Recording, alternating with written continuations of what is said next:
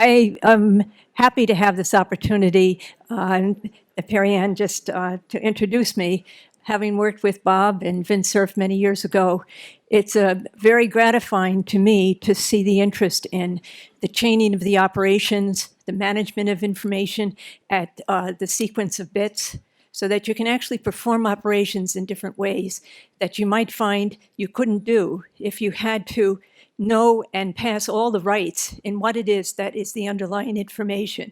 So it's a different perspective of how to approach the management, and I thank you for this opportunity. Thank you so much, Patrice. And next year we're going to have Patrice as our keynote, because I'm always an advocate for women in technology and in business. We all know she's the brains behind it. Good afternoon. My name is Matt Rozak, and I proudly serve as the chairman of the Chamber of Digital Commerce. I'm also co-founder of Block, enterprise software company in the blockchain ecosystem with my partner, Jeff Garzik. And it's an extraordinary honor to have Dr. Khan here today, the father of the internet. And I think it's really inspiring for all of us in this industry as we're building out the bridges, roads, and tunnels of blockchain to have this luminary here.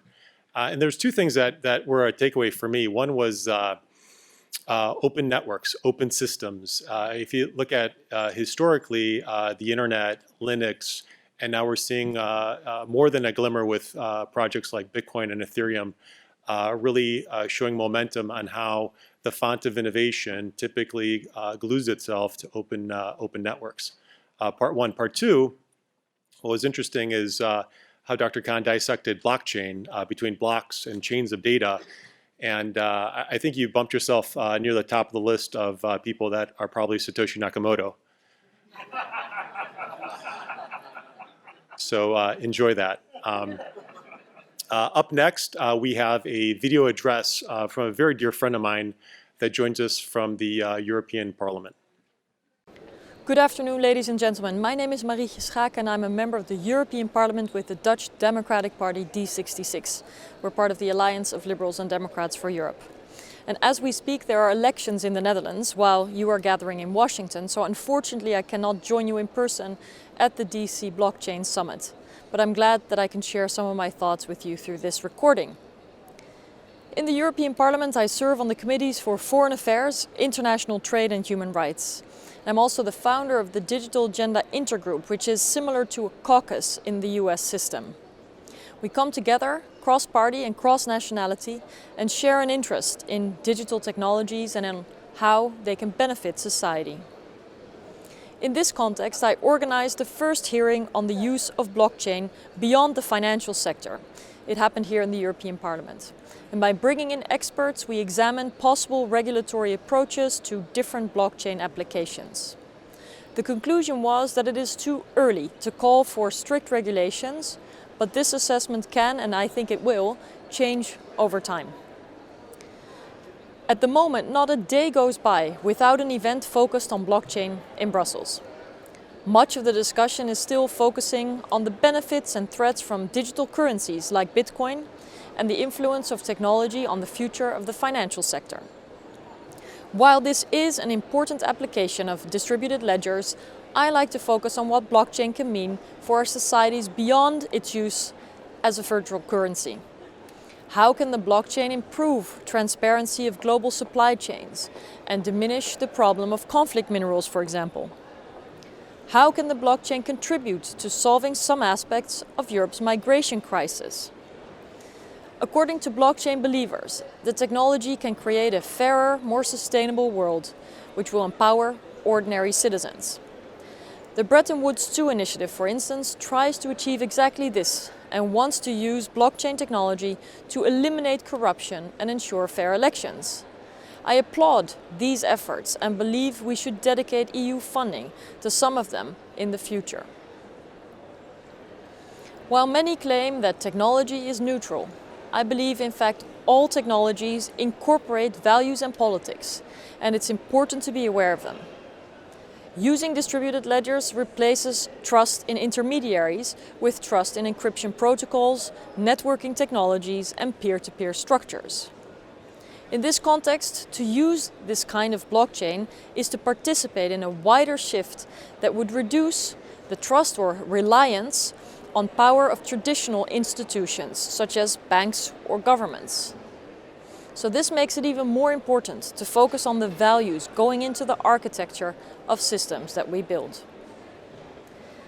A blockchain takeover sounds exciting and promising to some, yet many of the expectations surrounding the promise of the blockchain remind me of the excitement about the future of the open internet itself. And although the internet has brought a lot of exciting, positive developments for the greater good, new technologies are certainly also used as an extension of government power or to amplify business models that do not have the public interest at heart. So in order to assess the true potential of blockchain technology, we will have to be aware of potential negative applications as well. What would, for example, be left of the empowering potential for the individual when blockchain is completely adopted and implemented by authoritarian regimes, when they use it to record and manage all assets or aspects of the identity of its inhabitants? I share these thoughts not to be a pessimist, but rather to encourage realism and perspective, and especially a focus on ethics in this discussion. I welcome initiatives such as the Blockchain Summit, and I hope regulators, technology developers, politicians find many other occasions for further dialogue on how blockchain can benefit society at large, can benefit the greater social good, and how we can prevent some of its potential negative consequences going further. I would very much welcome to discuss these topics in person with anyone who has ideas or follow-ups. I'll leave you with this for now, and I hope we can have more interaction in the future. I hope this provided some food for thought for the remainder of your conference. Thank you so much. My name is Rosario Ingarjola, and I'm the CEO and founder of a company called OTC Exchange Network, or OTCXN, and a proud sponsor of this noteworthy event.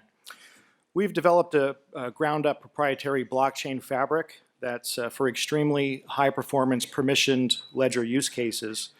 We're using this blockchain fabric ourselves to solve the biggest problems in the largest markets in the world. We're starting with the FX market, which some may know is a $5.1 trillion a day market.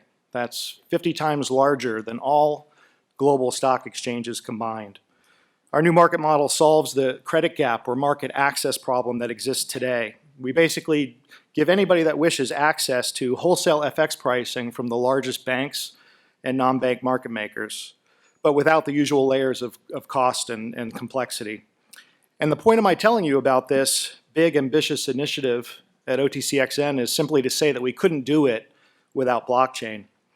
This incredible opportunity to re-engineer financial markets exists because of some of the realities that were so well articulated by our next keynote speaker, Mr. Alex Tapscott, in the international best-selling business book he co-authored called Blockchain Revolution, which has now been translated into 14 languages.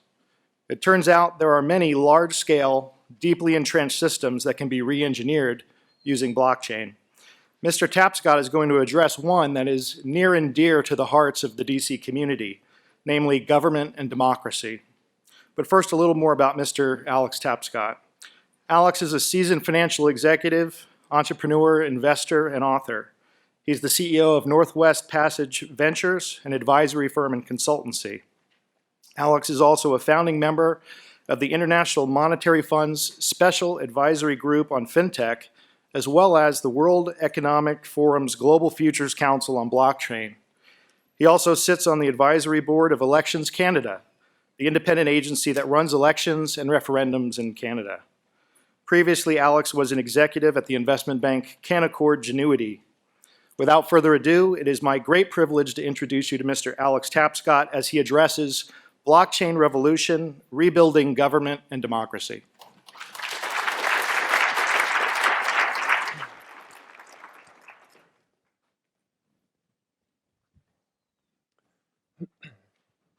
Well, thank you very much for that wonderful introduction. I'm delighted to be here with you all today because this is a pretty important time in our history, and not just because there is a radical new technology called blockchain that is quickly emerging to disrupt many aspects of business and government, but also because we are in the midst of a historic moment in the political world. That a new breed of politics, of populism, has basically executed a hostile takeover of the West, and we're seeing it emerge in many different parts of the world. Now, fundamentally, at the heart of this massive transformation, which has upended the status quo that we've enjoyed for the past 70 years, is a crisis of trust. Trust in our institutions and trust in government has been declining, basically unabated, for the past 50 years. And if anything, it's accelerated in the last 15 or 20. And this crisis of trust is metastasizing into something much worse, a crisis of legitimacy in many of our institutions. And as a result, we're looking for solutions in increasingly radical parts of the spectrum. So there's no silver bullet to fix our many social and political problems, but perhaps we could harness this powerful new technology to reinvent and rebuild democracy for a new era of trust and legitimacy. Fundamentally, I think there are three ways that can happen. The first is better, cheaper government, finally. The second is by restoring and renewing our democratic institutions. And the third one is by changing how we think about central banks and the financial services industry in our economy. So let's start with making government faster, better, cheaper. So I think this is something that we can kind of all agree on, regardless of what part of the political spectrum you're on. And it was something that was part of the political consensus about 25 years ago, actually, when this book, Reinventing Government, came out. Osborne and Gabler may be familiar to some of you. Basically, the thesis was we can bring the tonic of the market and new technology to bear on how we do government. And as a result, we can do more of it for less cost, provide greater services, and benefit all citizens. Now, for those of you who are in government or are the direct beneficiaries of government services, I'd ask that you reflect, have a sober reflection on the past 25 years. Has government really transformed fundamentally because of technology, because of innovation? I think there are some examples that we can point to. But by and large, I think all we've really done is pave the cow path. We've taken things that we did on paper and we moved them online, but we haven't changed their underlying logic or their underlying architecture. Blockchain offers an opportunity to do that. So anyone with a cursory familiarity with the space knows about Estonia. Estonia, as a former satellite of the Soviet Union, in 1992 basically had a choice. They could build their new infrastructure, their new bureaucracy on old systems, or they could go digital.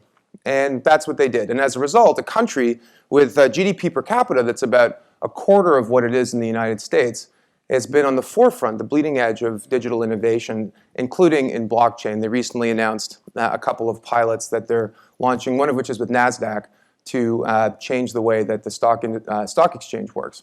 But this isn't something that applies just to small nations of 1.5 million people. We're increasingly seeing it take shape and take form in other parts of the world. So yesterday, Dubai made an announcement that IBM and Consensus Systems would be launching a blockchain city project. And they've set a very ambitious goal of moving all digital records and most government processes onto this kind of a system, everything from the procurement of taxes to the delivery of government services. You see examples of this in places like Georgia, unsurprisingly, another former Soviet satellite, and Sweden.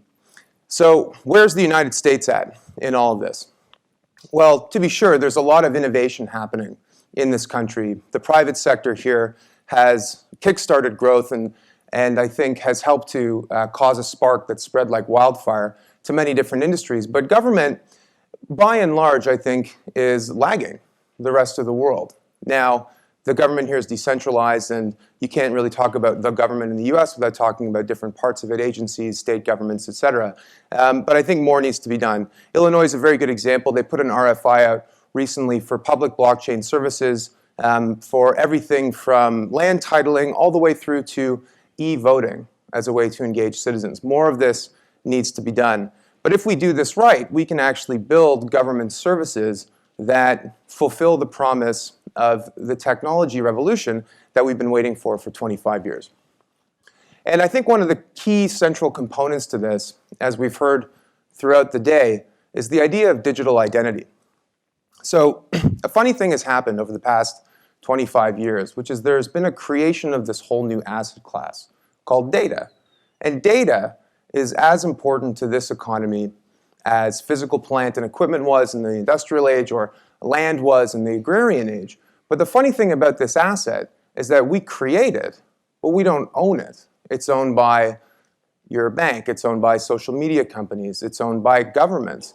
And that's problematic for a couple of reasons. The first one is that it prevents us from using that information to organize our affairs and also to not realize the value of that information, but also it could end up in the wrong hands, intentionally or not. It could end up being used against us, or it could be hacked and end up in the wrong hands.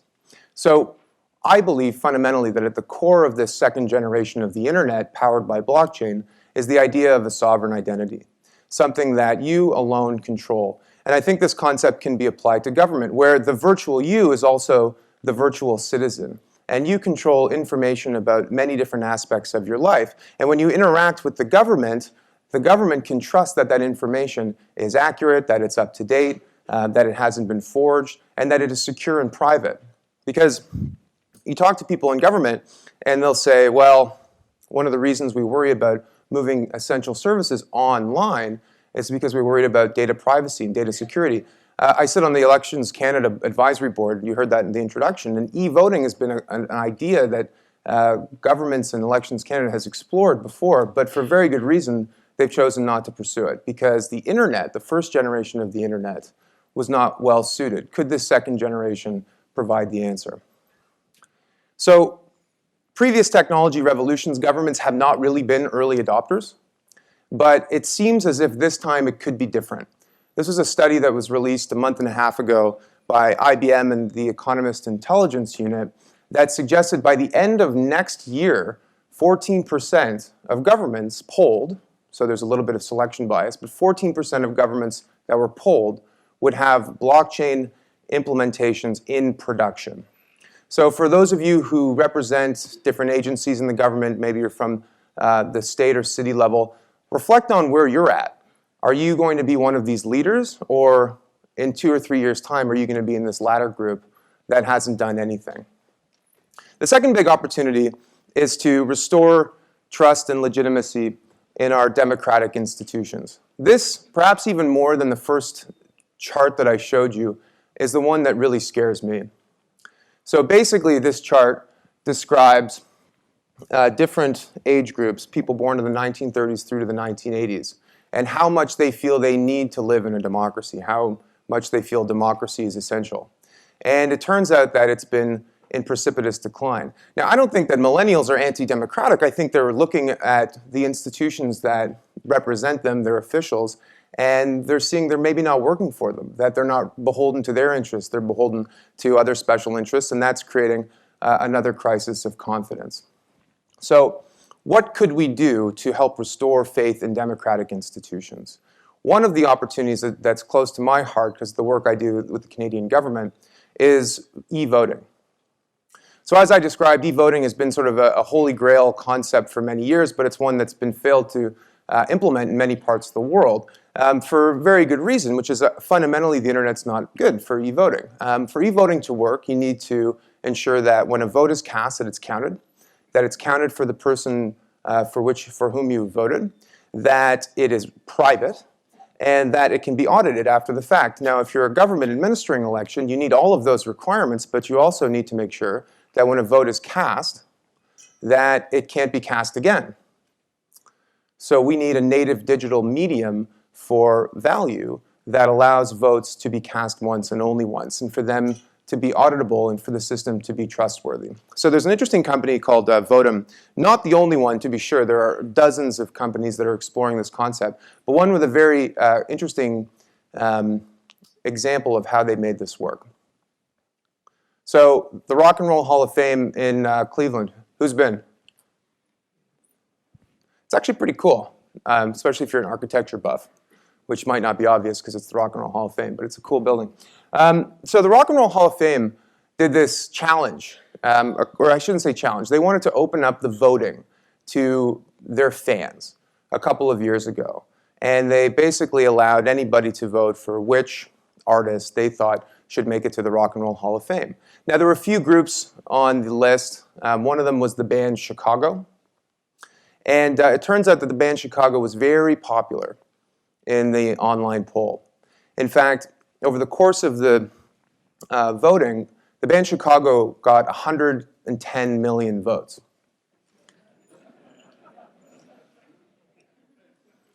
All the Chicago fans are like, why are you laughing? I love Chicago. It doesn't matter how much you love Chicago. I hate to break it to you. There are not 110 million Chicago fans in the United States or in the world or who have ever existed in the history of humanity. It's just not. If it was the Beatles, I don't know. But so this was hacked. So people were, using different IP addresses and creating false accounts and just voting in the band Chicago. And so it was kind of an embarrassment. So they brought this company, Votem, in to try and fix the way the system worked. And they implemented a blockchain voting system built on the Tendermint protocol, for those who are familiar with it. And they didn't get 110 million votes. They got like 1.5 million votes. And they had an audit trail that allowed them to see how people had voted and whether or not they were able to vote twice. And they're pretty confident that they were able to run this election pretty safely and securely. Now, that's good enough for the Rock and Roll Hall of Fame. It's obviously not good enough if you want to run the federal election.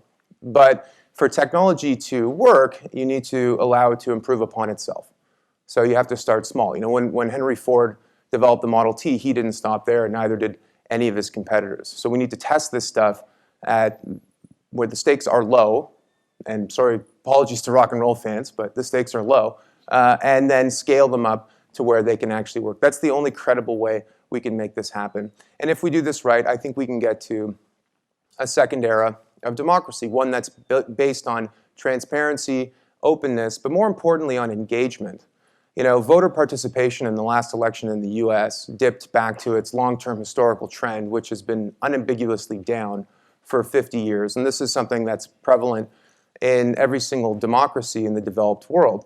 And if you don't have an informed electorate who is actively engaged in the democratic process, then you're going to see your institutions and your democracy erode. And the final thing is central banking.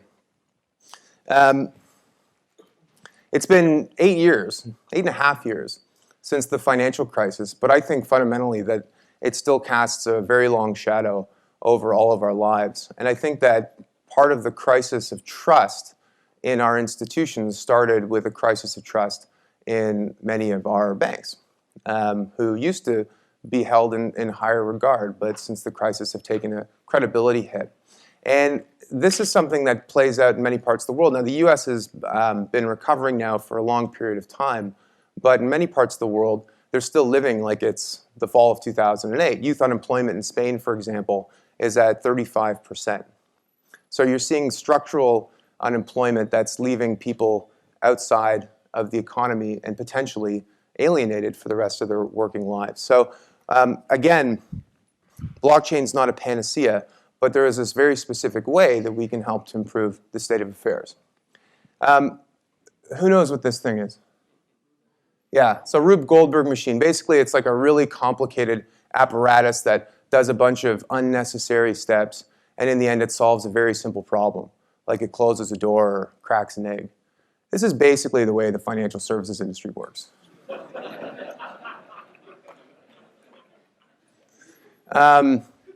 Where you're trying to do something really simple, like you're trying to make a payment, move value from you to a merchant, or you're trying to, settle a transaction in a security, but it takes days to settle. It costs money, and it has to bounce through many different intermediaries. So we have a digital wallpaper that's made it seem like we're living in an automated digital world. You tap your card on the card reader at Starbucks, and maybe you think it's creating a digital payment, but of course it's not, right?